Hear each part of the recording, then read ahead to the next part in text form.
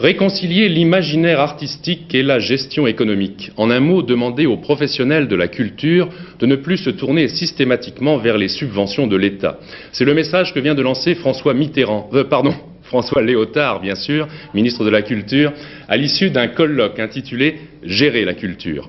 À l'Opéra de Lyon, Pierre Babet est allé vérifier que l'on était encore loin de parler de chiffre d'affaires, mais bien encore de budget.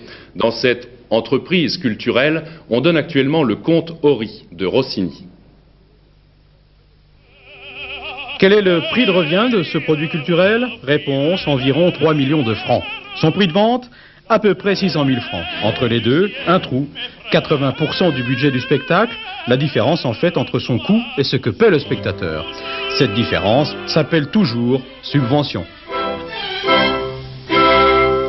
Nous essayons avec des subventions qui sont de 4 parties. Il y a l'État, la direction de la musique, il y a le département, la région et la ville de Lyon. Et la ville de Lyon supporte d'ailleurs une grosse subvention de ce bâtiment. Et là, c'est vrai que nous essayons avec ces subventions de faire le maximum, car l'intérêt, c'est nous ne coûterons jamais bon marché, nous ne serons jamais une entreprise qui s'équilibrera, mais au moins, je crois que c'est notre mission et notre horizon qu'il ne faut jamais lâcher, notre but qu'il ne faut jamais perdre, c'est de faire de la diffusion pour le plus grand nombre et de la qualité pour le plus grand nombre.